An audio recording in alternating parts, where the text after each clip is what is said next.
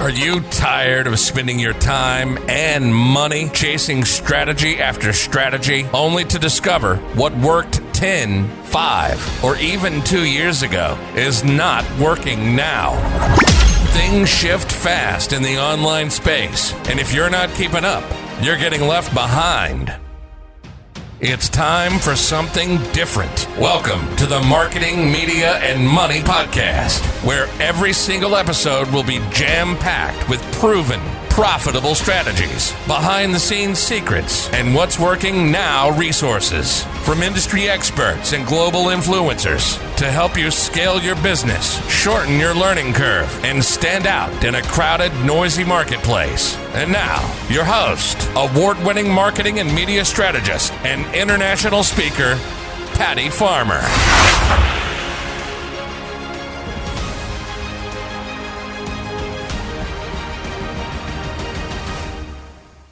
Hello, everyone, and welcome to today's episode of the Marketing, Media, and Money Podcast. I'm your host, Patty Farmer, and I'm looking forward to sharing today's industry expert with you. And today we have quite the expert.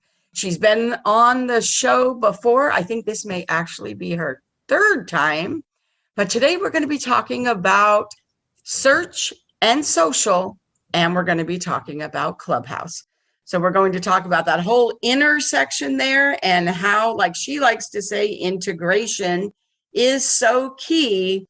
So I'm going to tell you a little bit about her, and then we're going to dive right in because we're going to have a lot of information we're going to share today. You're going to want to make sure that you have a pen and paper handy, because believe me when I say she's going to give you some writer-downers. So let me tell you a little bit about our guest. So Elaine Lindsay is known as the Social Optimization Specialist, kind of like your SOS, and works with savvy small business entrepreneurs that are 40 plus. As an early adopter and lifelong learner, she consistently analyzes the trends to provide the best scenarios for integrating and optimizing search, social media, video, podcast, audio, and more.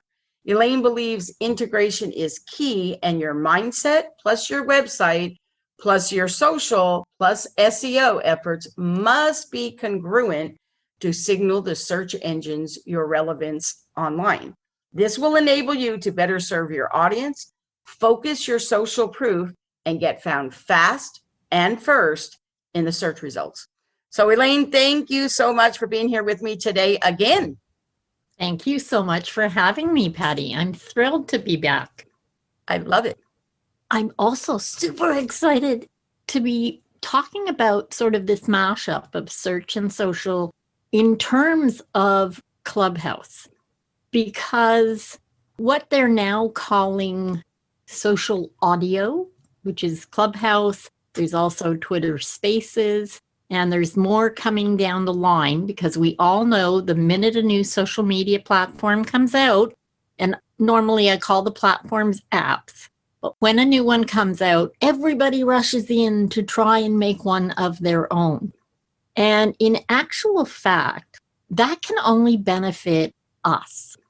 Now, I'm not going to call us the users, because we're not. We're cogs in the wheel. We're the little nuts and bolts, the widgets, if you will, of each and every social media app. So when you're on Facebook, you're part of the little wing nuts that proliferate through the app itself. And the users are actually the people that look at the ads, the people that buy things through the product. And it's important.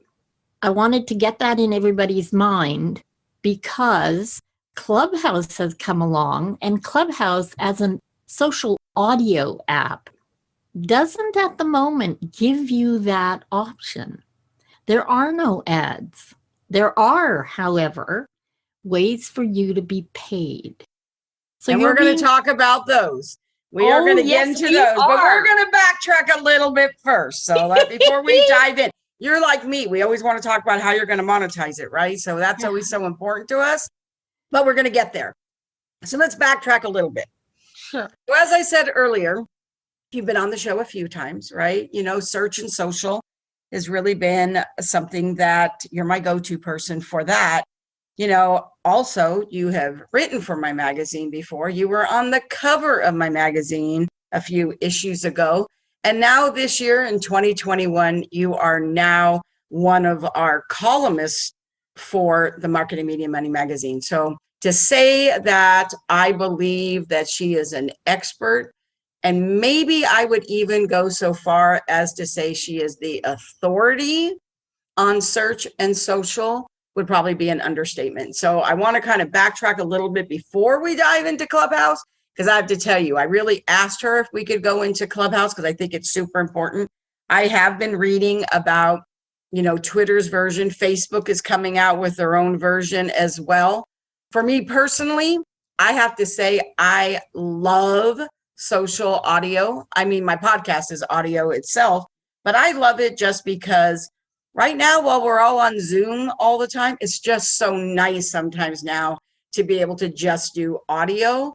And I feel like I was thinking about it last night while I was watching The Voice.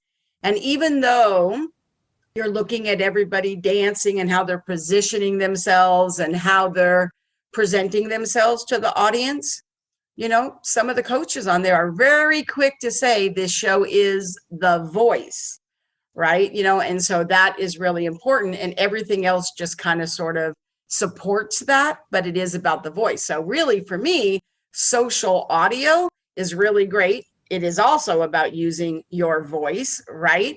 But there are lots of other things that can support that and help you get paid. And we're going to go there, but let's backtrack a little bit and let's talk a little bit about Elaine and why you should listen to her when she starts talking about all of these different things. So let's talk a little bit about that. So you have been in this social space for a while, because I remember that when we very first met, I remember we had a conversation about Google Hangouts. So and Google Plus. And I remember how back then you even explained to me that whole thing about, the hub and the wheel and how everything else really supports that.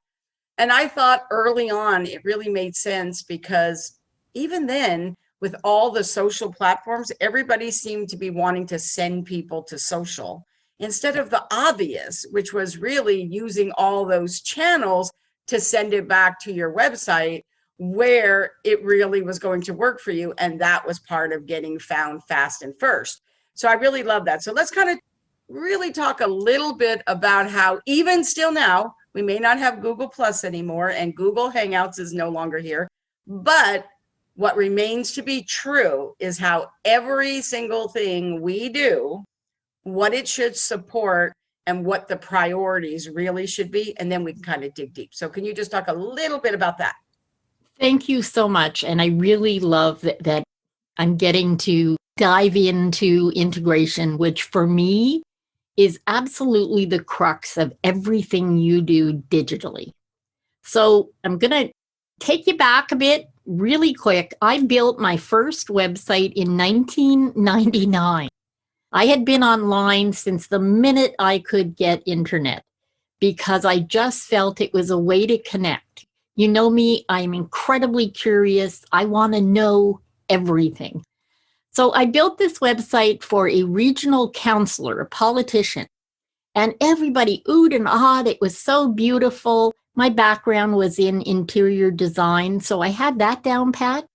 But the minute I was done, all I could think was, well, how are people going to see this? I did all this work. How are they going to see this unless we go tell them you go here and here?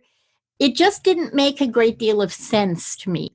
And that set me on the path looking for, well, how do you get that out there?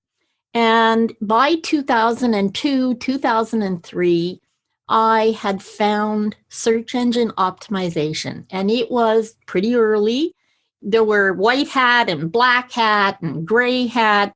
There was all kinds of people trying to game the system and get past.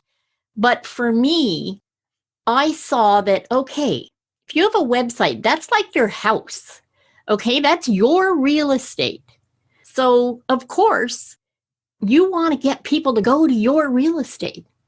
If I want to have a dinner party, I'm not sending them to the guy down the street. I'm not sending them to somebody else's house. I want them to come to my house. And for me, digitally, that made sense. So SEO, in the early stages, it was about using keywords. And that was it, using keywords. So if you had a keyword, God help you if it was a one-word keyword, because you got whatever was on the net at the time. And there were only, and this sounds crazy, but only millions of websites back in the early days, 10, 20 million websites, that not a big deal. We're now in the billions, so it's a long way from that. Fast forward, and in the mid 2000s, I basically got on Facebook in order to stalk my adult kids.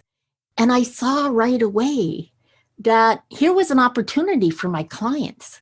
They could reach out and build a relationship with prospects and their customers and let people know what they were doing so they could drive them to their house, right? Their website.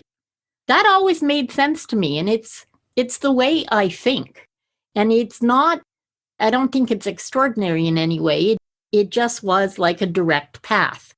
I come from the days of like Hansel and Gretel. Yeah, follow the breadcrumbs.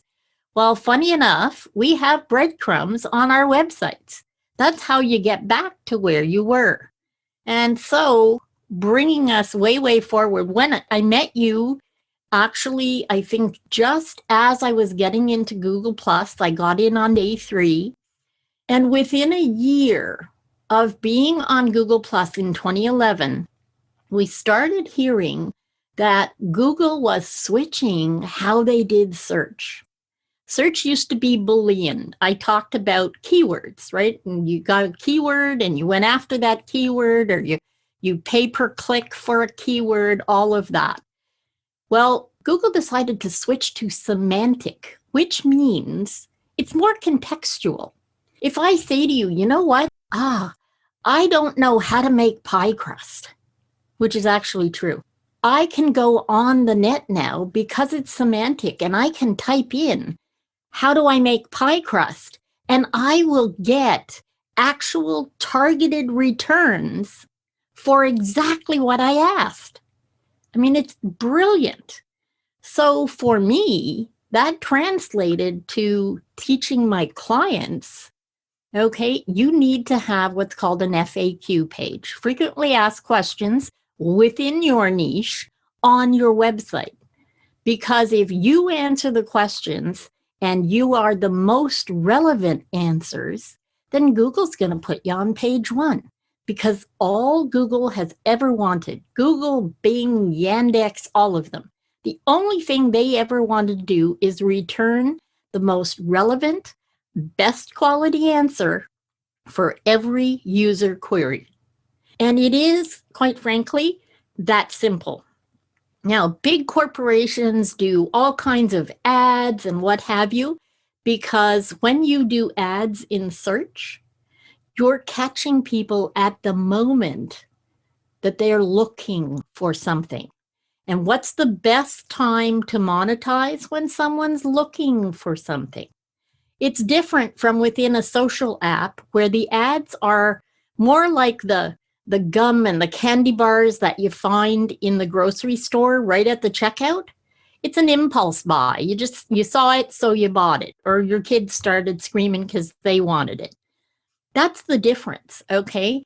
When you're in search, you're there searching. I mean, that's the whole point. And if you can get them at the moment of search and they're looking for what you offer, then good Lord, you want to be number 1. Because quite frankly, if you're not, your competition's taking your money. Absolutely. And then I think that along the way, right, new things happen. And all of a sudden, going back to what you were saying about keywords and key phrases that people were using, people started keyword stuffing and doing all these things that they thought they could game the system, right? Like everybody does, right? They try to game the system. But I think then the big change came where we now had voice search, right? And now we also had to be able to speak to where people were searching And you had to speak a little bit differently because, which I don't want her to talk right now, but what we wanted to make sure is that now when you were thinking about how you were doing voice search, that you needed to be doing it in a way that people speak, not type. And that was a game changer as well. So what are you thinking about that? Like, let's talk about that. Absolutely. And that's, we've now jumped way ahead. And I've actually written articles, I believe even in the magazine, about voice search and the possibilities. Because like you, I can't say the G word, and I know you can't say the S word. And there is also the A word, and we'll let people know what those are. I'm not swearing for a change. It's actually all of the voice assistants that are there kind of at our beck and call that can really be helpful. And it befits small business. Okay, again, hearkening back to the FAQ page. If you word those questions the way you would when you're looking for something, then those are the questions that can be turned into voice activated search. So when you say to one of the search engines, how do I make a pie crust? You get recipes back that speak to that very thing. And that opportunity for voice, okay? I don't do anything in the kitchen without asking G to go find me the best recipe, be it avocado pudding or whatever I'm making, because we have a nest, it's called Nest, the G Nest, in our kitchen living room area. And it's absolutely brilliant because it really does help out. The fact is, as small business, you have the opportunity that the corporations aren't jumping on as quickly. And that's to get those FAQs in there, as many as make sense in your niche. Because seriously, when you're providing a service, like many of us do, when you can give that prospect who's looking for that service all the information they need, they're already getting to know, like, and trust you. And when they go to your website and find exactly what you provide, then they don't have to go anywhere else. And let's face it, we all have sort of limited time and attention. Nobody's looking on even page 2 anymore. There was an old joke that went around, where's the best place to hide a body? Page 2 of Google. Oops. I think that makes sense. So let's talk about the where. So if you were going to have FAQs and you Yes. had an FAQ page, well, that's really, really great. But if you're not going to have an FAQ page, where on your website would you like that to be? So do you do FAQs about each thing? So for example, would we do magazine FAQs on the magazine page? Would we do podcast FAQs on the podcast page? Or on the resource page or the connection page, would you put the FAQs there? And does it matter to Google the where, not just the what? It's not so much the where, it's the relevance. Okay. And I always say, okay, pages, there's no real premium on pages. If you have a 5-page website or a 6-page website, it's not that big a difference. But the fact is, if you have a dedicated FAQ page, you're telling the search engines that you know that your prospects and customers need help to understand what it is you provide. They may just need help in a specific area of what the magazine provides.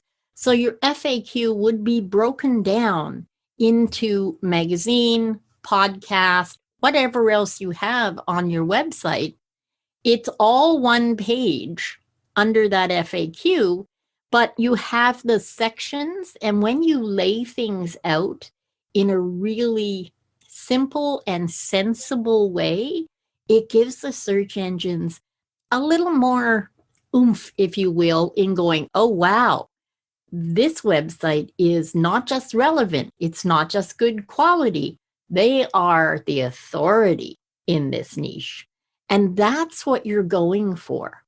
and making a point on your website of saying, you want to cover voice, you want to have available videos and podcasts and what have you. All of those pieces are absolutely critical because I love social audio too. But the fact is, okay, there are 4 different types of learners. There are kinesthetic, there are visual, there are audio, and there are those that just want to read a good book. They want it in reading form. And all of those people need to be served because you don't know whether your prospect is audio or kinesthetic or visual. You don't know that up front. So why not? You also don't know, and I feel like a lot of entrepreneurs are more than one, right? Like we may have a preference, kind of like when people like text versus email, right? Like we all have a phone call, like what is that as well? But I know for me, as much as I love video, I only like video that's 5 minutes or less. I don't like to watch an hour video or a 40-minute video. If you can't say it to me in 5 minutes, I'd rather read it. Then I could just read it. So when I go to a podcast, right? Like when I go to a podcast page and they do an absolute, transcription word for word, I could read that a whole lot easier than I can listen to it. If I have show notes, however, where they just kind of tease me and tell me what they're going to talk about and that they're going to tell me these 3 great tips and this and that. Well, now they're enticing me and now I want to listen. But then again, I like to read blogs to get information too about a precise thing. So I have a lot of different ways and it's all about what is the topic.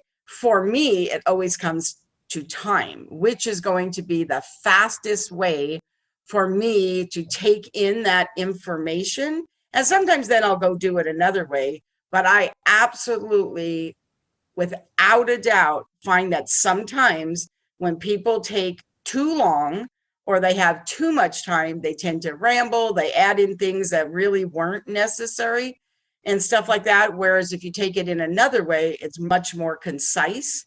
So I think that a lot of times people are more than one, or they have a preference for different things for different ways. And I think it's important to know that about our audience as well.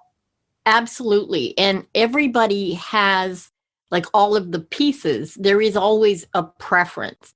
And like you, it depends on what day it is, really, for me. Because as much as video is the thing, there are days where I just want audio. I've had Audible for over 10 years. Okay, because it just makes life a lot simpler for me as I age. My eyes are not what they once were. So being able to hear a book rather than have to read a whole book can be a little bit easier on me. I do have to say that one of my, I don't want to go off on a rabbit hole here, but I do have to say yesterday I was looking up some information that I wanted. And I found a lot of the things that I was looking for that said, here's the 5 blah, blah, blah in doing this. And here are the 3 top things. And then when I went to them, it literally was like a 45-minute video. And I was thinking, it's going to take you 45 minutes for me to find out those 3 things. And they had no transcription or nothing. I was like, well, where are you getting your SEO on that anyway? Like, because really, Google's not going to listen to that video, right? Watch that video. So like, why are you not doing that? And so I just moved on and found another source. Yeah. So to me, that was a big misstep for them to assume that just because video is the biggest, greatest thing right now. And I'm not saying that it's not. You do need to have more than one because you shouldn't assume that that's how everybody wants to do it. Absolutely. And understanding the 4 different learning types means you ought to step up what you do and try and hit on at least 3 if you can. Best case scenario, hit on them all. The only thing is, in digital, we are limited by a sense of smell. We cannot add smell in the video. It's about the only sense we can't really get a hold of, that and actual touch. Anyway, all of that to say, okay, across all the platforms, across social, across your website, video, podcast, all of it, and social audio too, there is an underlying note of consistency that you must maintain in order to showcase you and what you do. Because there is nothing worse than going to two different social channels, looking up one company, and finding totally different information. It kind of falls under that whole, a confused mind says no. If you confuse us and we're like, well, is this the same company? It's kind of like not having the same, the best branded pictures across all boards and a lot of different things too. How are your profile bios? Like, how are they? What do they look like? But one of the things I really want to think about and I want to talk about is I always feel like it's super important to kind of talk about not necessarily always what not to do, but really, I believe in every single industry, there are myths. There are these myths that people believe, and they are so absolutely nothing you say is going to deter them from believing that, whether it's true or not, right? That is just their belief. So one of the things I love to do on the show is to really ask our guests, what is a myth in search and social that is a myth that really is stopping people? That, I'm going to give you the opportunity to debunk that myth right now. What is the biggest myth or belief that you believe that people have that is absolutely just not true? I'd have to say it has to do with pay-per-click and ads. People believe, there's no way you can get on page one if you don't do ads, if you don't have pay-per-click. Pay for it. And pay for it, exactly. But the fact is, okay, the underlying intention of SEO from the get-go has not changed. How we approach it may have changed, but if you just stay true to relevance, quality, and authority, and you make an effort to integrate everything you do, then you will get on page one. And I know that, and I know that you can check on that, because just go look at the corner of search and social. Use the @ symbol if you like, at the corner of search and social. That is what I have been telling people for over 10 years. And in fact, if you look that up in search, I come up, my company comes up, because it's what's relevant to us. And the fact is, if you're going to pride yourself, in my case, on integration, well, then I better be integrated. And I have to tell you a quick story. A number of years ago, the CEO, who I happen to be married to, he called me out of my office and he said, "Why can't I find us at the corner of search and social?" And I said, "What are you talking about?" He goes, "Well, isn't that our tagline, at the corner of search and social?" And I said, "Yeah." He goes, "So when I put that in search, I don't find us." And it was this, oh my God, light bulb moment, duh. I thought, oh, here I've gone out of my way to go after good keyword phrases, and you can find us for all these things. And the one thing that can truly be called mine, notice I said truly, my company's TROOL, the one thing was at the corner of search and social, because I have believed since the get-go that there's no separation. You have to put everything from the website all the way down to your social audio, and everything in between must link together. Think of it like a quilt, okay? If you just have little squares that are not put together, that's not a quilt. It's just a bunch of little squares. And up until just a few years ago, people would hire a website person, and then they'd hire somebody in marketing, and they'd hire somebody else for social, and they'd hire somebody else for video, and none of those people talk to each other. So how could you possibly have integration? And more in the past couple of years, people are realizing, it's about being that one thing, that one person. And an example I'd love to give the audience, okay, it can be very hard. If you're Jane Smith or Joe Brown, it can be really hard to get your name as your handle. When you go to any social app, you want to try and have the same handle so it makes it easy for your prospects and your customers to find you. Okay, we're TROOL Social everywhere. We're TROOL Social places that no longer exist. Okay, we always use TROOL Social. And we're lucky because there's not too many that are called TROOL. But for the Jane Smith and the John Doe and the Joe Browns, I'm going to give you a really good tip. You want to use your name, and in the case of like Twitter, it's under 14 characters. You can simply add the article "the" right in front of your name. "The" is an article that the search engines don't take into account, and in fact, you can actually beat out people that don't have "the." You see, on Facebook, I never bothered to do anything with Facebook. So I was probably the 25th Elaine Lindsay that was on there. So of course, putting on my thinking cap for optimization, instead of taking the vanity URL something else, Elaine M. Lindsay or whatever, I just took "the." So I am the Elaine Lindsay. People can look it up. And I have given this tip to all of my customers because it's really critical in places like LinkedIn, that is a search engine. You want to be able to be found in Clubhouse, which is just social audio, for people to be able to find you. You need to have a handle that is the same as what you have everywhere else.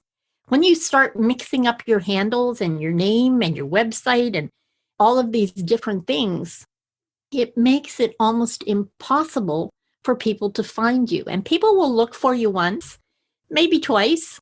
Third time, they're out of there. They'll go for someone else because it was just too much trouble.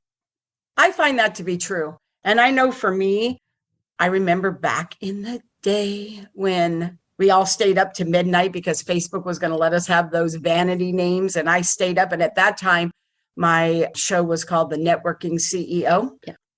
And so I was so excited that I nailed that name. And why I didn't pick my name, I don't know. And now, of course, there's a million other Patty Farmers. And so I didn't get to do that, right? And it's under an old show that I don't even have, although I am referred to a lot as the Networking CEO.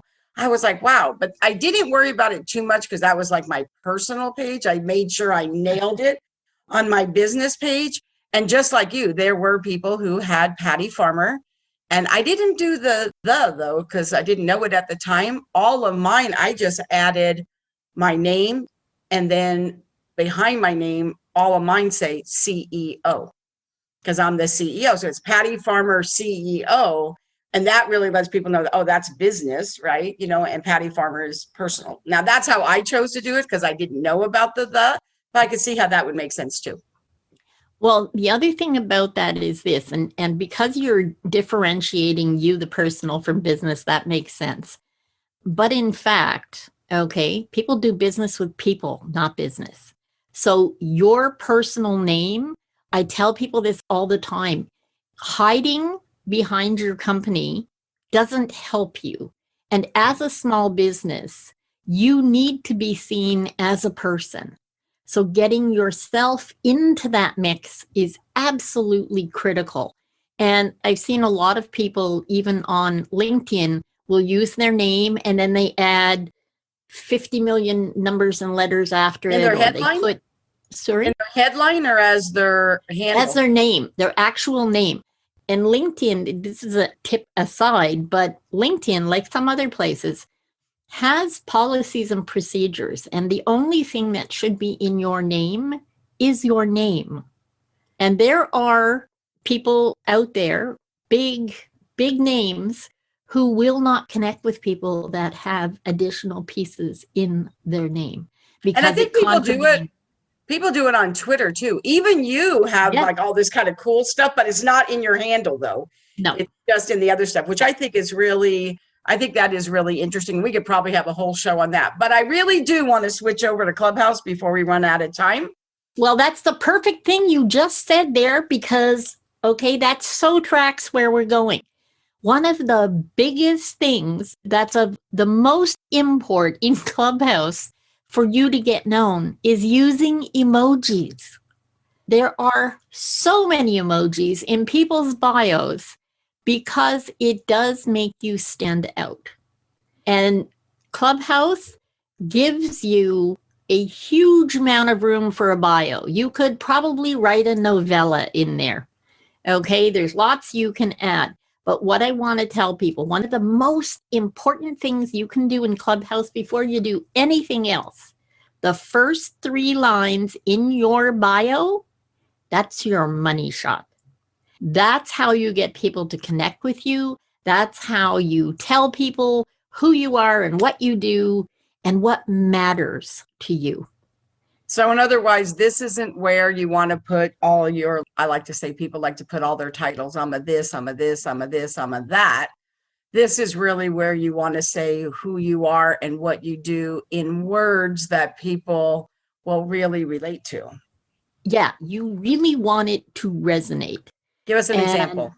Well, for an example, personally, people who know me know I can be a bit of, let's say, a goof. And I have a very upbeat attitude, always have had. So the first line on mine basically says, and I'll apologize now for swearing, but the first line on mine says, in a room full of horse crap, I'm going to start digging because there's a pony in there somewhere. Oh, I love that. That's been my line since I was a kid. Okay. The addition to that is for me at the corner of search and social, because that's where you'll find me. Oh, see, I love that. I think that's really good. So now let's go full on in to Clubhouse. So we talked about how Clubhouse is a social audio app, but it's really being talked about as, this is the thing, right? How you can have clubs and moderators and how you can speak there and how people have gotten into rooms that have 5 people and then all of a sudden there's hundreds of people and all of these different things. Let's kind of break it down first so people understand it. And then why should they be there? Okay, so 2 things. There is a caveat. You must be an Apple user. If you don't have an iPhone, but you have an iPad, you can also get into Clubhouse. It is still in beta, so you require an invitation. Okay, lots of people have invitations, so that's not a problem. I will say something that's really interesting that people have to understand. Back in January, February, Clubhouse was valued at $1 billion. Okay, it's been around since 2019. And in essence, the best thing that ever happened to Clubhouse was the pandemic. People are basically being static. Up here in Canada, we are under a stay-at-home order now till mid-May. Okay, it was just extended again for a few more weeks. People are captives in their own homes. What can you do that takes no effort, that you don't have to put on makeup or get dressed up? My heavens, you could do it in the buff. You can get on social audio and listen to experts give you amazing tips. You can get on a stage and tell your story. You can open your own room and invite people to come in and share your expertise. All of those pieces I want to break down because it can be overwhelming. And as of, I think it was last weekend, or it might have been the week before, it is now valued at $4 billion, and it has not opened to Android yet, which, when you think of it, is quite a feat. There are a few issues for people. So if you understand the culture, you're going to make your way better when you first come into the app. It can be totally overwhelming to, as you say, rooms can be one moderator and 20 people, or 3 moderators and 15 people, but they can also be 40 moderators and 700 people. There were thousands in one room. Elon Musk has done rooms. Steve Olsher, who is Podcast Magazine, has a lot of clubs under Club Pod, and people open rooms under a club. There's also Women in Business. Women is spelt with an X in there. And the reason I talk about those big clubs is because if you open a room under one of the big clubs, you have access to their members, which means you're more likely to get more people in your room. But let's go back to the beginning on this. So what it is, remember, you're just getting to listen. And that means one person is talking in a room, hopefully, and it takes turns. The moderators are there to try and keep people on track. The first week you're in Clubhouse, there's a little party thing that's on your little profile pic that lets people know you're a newbie, which quite often rooms will allow newbies to come up on stage. How do you get on stage? Down in the right-hand corner, when you get into a room, there's a little hand. And when you click that hand, it raises your hand so the moderators and those on stage can see that you want to speak. It's split into 3 sections. So at the very top, you will have the section of the people that are speaking. Below that are people that the speakers follow. And below that is the audience. It's a little bit confusing for people because if you have an iPad, you have 9 or 12 little circles, those profile pictures that you can see, probably a lot less on a phone. And if someone's talking and there's 30 moderators in the room, you've got to start scrolling up and down to find out who's actually speaking. What you do when someone's speaking or when you get into a room, you click on the profile pictures and it will take you to that person's bio. When you scroll down, it'll show you the full bio and you have a couple of options. You can follow them in Clubhouse. You can follow them on Instagram and you can follow them on Twitter. Those are the only 2 hot links you will find in Clubhouse. The other kind of odd thing is if you want to send someone a message, if somebody's talking and it really resonates with you and you want to say something, but you're not ready to speak on stage or they've closed the ability to click that hand, you're going to have to send them a direct message via Instagram or Twitter because you cannot do it in Clubhouse. Now, there's no 2-way anything, which I think for some of the bigger names that are in there, it's a good thing. I was in a room the other day with Paris Hilton and a bunch of other people that were just basically shooting the breeze. It was kind of interesting. There are rooms for everything. You have cryptocurrency, you have meditation, and you have something that seems to really confuse some people. They're called silent rooms. You go into the room and you just click on people so you can see their bios. For me, who is incredibly inquisitive and incredibly tactile and auditory, they make me crazy. I don't want to be in a silent room. I want to hear someone saying something or I want to talk. Now, I have been lucky enough to be called to the stage in quite a number of rooms. And it seems to develop, the AI itself develops a little bit of a ticker so it knows if you're actually participating. It's important for you to become a moderator once you start going into rooms and speaking, because that will allow you to open your own club, not just a room.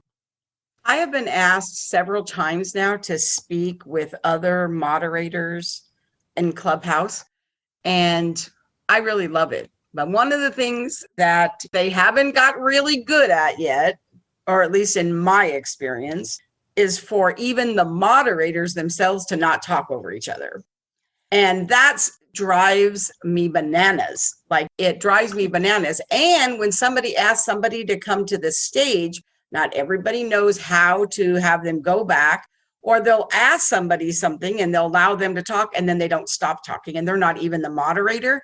And so that will usually drive me crazy too. So I want to make sure you can show people how to get out of a room too, how to leave quietly, because there's a way to be able to leave quietly. So you just have to realize too that this is relatively new as far as people coming in, and not everybody has all the rules down. So think about when Facebook and some of the other ones first happened, all the things that people did wrong before they really knew and stuff. And so that is pretty much why we're having this conversation, really, is because I want people to really understand how you don't want to make yourself look bad because you just don't know, right? So what are some of those things? Well, that's perfect. That's where I wanted to go because, try to start out in rooms that have less moderators and less people so that you can get a chance to get on the stage. Even when you're in the audience, on the left-hand side at the bottom, there's a little rectangle-y, oval-y thing that says leave quietly. If you just swipe that left, it will take you out of the room. Because if you just close Clubhouse and you don't leave, whatever room you were in will continue while you're wherever. And that can be distracting as well. One thing that's, I don't know if it was originally a glitch or they weren't sure how to handle this, but when you do raise your hand and you want to speak, if you're brought up to the stage, it pops up at the top and says, you've been asked to be a speaker. Join as a speaker or dismiss.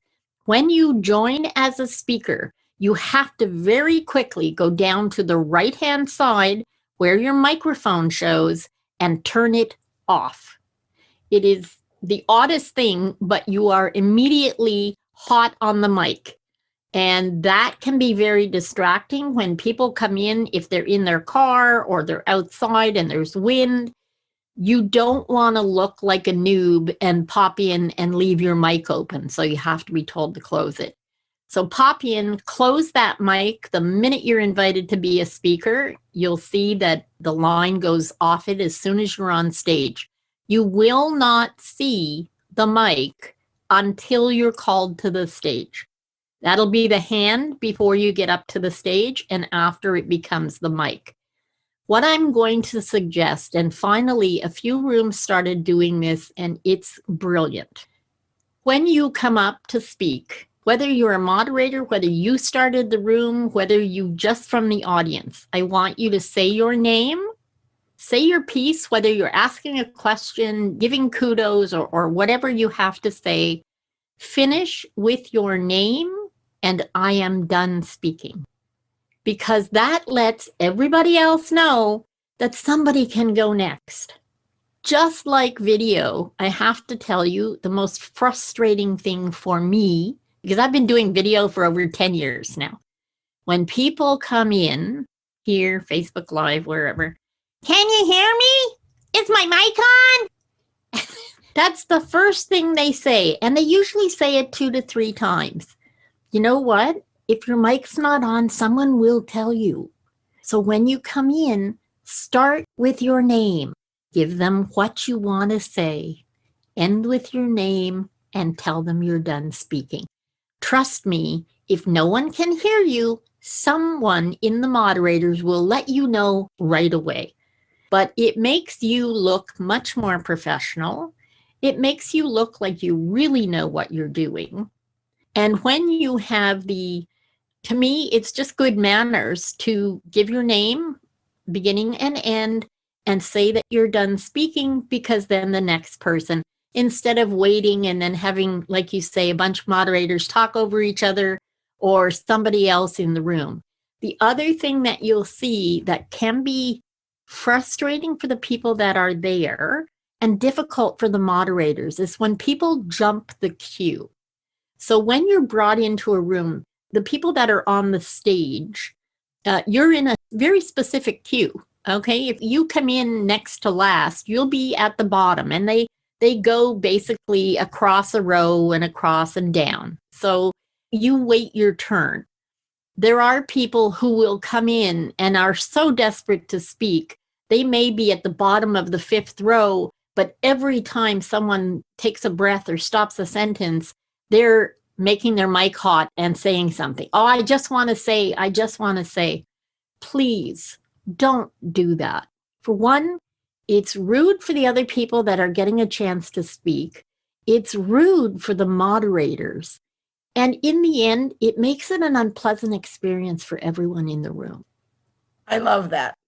Thank you so much. I mean, you've really shared with us to-dos and not to-dos, how to get started. And even if you've been in Clubhouse, what a few things that could make your experience a little bit better. So I'm going to say that for me, my name in my handle in Clubhouse is @PattyFarmer. And your Clubhouse handle is? @TROOL Social. Like everything else. So that's really good. Yeah. So Elaine, how can people connect with you? I know they're going to want to connect with you. How can they connect with you? It's really simple. You can go to TROOLsocial.com. And let's spell that for them so that they really understand. It's TROO again, L social.com. Perfect. And we will have a link below. So if you're listening, you could just look below and there is a link there where you can connect with her to everything. She also has an amazing show that I have been a guest on, the BBP TV, which stands for Business Banter Plus TV show. We'll have a link for that too, because you're going to want to check that out. And if you thought she's a great guest, she's an even better host. So you're going to want to check that out as well. So I love that. So this is the portion of the show, my version of social karaoke, where we actually ask our guests to share their number one marketing, media, or money strategy. You know, this is the Marketing, Media, Money show after all. So Elaine, what is your number one strategy that you would like to share? As if you didn't already give us so much. My number one strategy is making a point to take everything you do and put your stamp on it. Now, what do I mean by that? I mean everything from your images to your podcast to your PDFs need to have either your name, your company's name, and one keyword phrase. Because trust me, when you go looking on the internet, when somebody else is looking, it makes a lot more sense when they keep finding you when they type in your name. And that's the single thing that can change how you show up in search everywhere. I'm going to give you one more tip, and this is strategic, but this is so that you're checking on what you do. Please use incognito search when you are searching for yourself and your website. And please, every quarter of the year, you need to search for yourself and your company. You need to know what's out there. It's absolutely critical. Absolutely. So thank you so much, Elaine. I appreciate you so much coming and spending some time with us again. I love having you as a guest on our show over and over again, because every single time you show up, you share your brilliance so generously, and I appreciate you so much. Thank you ever so much, Patty. That is an absolute two-way street. You have been a multi-time guest on BBP TV because you are just the best. Marketing whiz, magazine whiz, podcast whiz. Absolutely love everything you do. Thank you so much. I appreciate you so much. And thank you to our sponsor, the Exacta Corporation, developer of the Family Organizer Plus platform. And for more information, check them out at exactacorp.com. And if you would like a simple answer to the question, where should I focus my time and energy to attract highly qualified ideal clients? Take the Marketing, Media, Money assessment, and in 3 minutes or less, You'll know where you're excelling, where you can make a few changes, and what steps to take to achieve massive results. Go to www.m3bizquiz.com. And thank you so much for joining us on the Marketing, Media, Money podcast. And if you enjoyed today's episode, and I am sure you did, please subscribe and review the podcast on your favorite listening platform. Thank you again, Elaine. I really appreciate it. To the audience out there, thank you so much for spending time with us today. Make it a phenomenal day. Thank you for joining us today on the Marketing, Media, and Money podcast. To shorten your learning curve even more, make sure to grab your free copy of the Marketing, Media, and Money magazine at www.marketingmediamoney.com. I promise your business will thank you.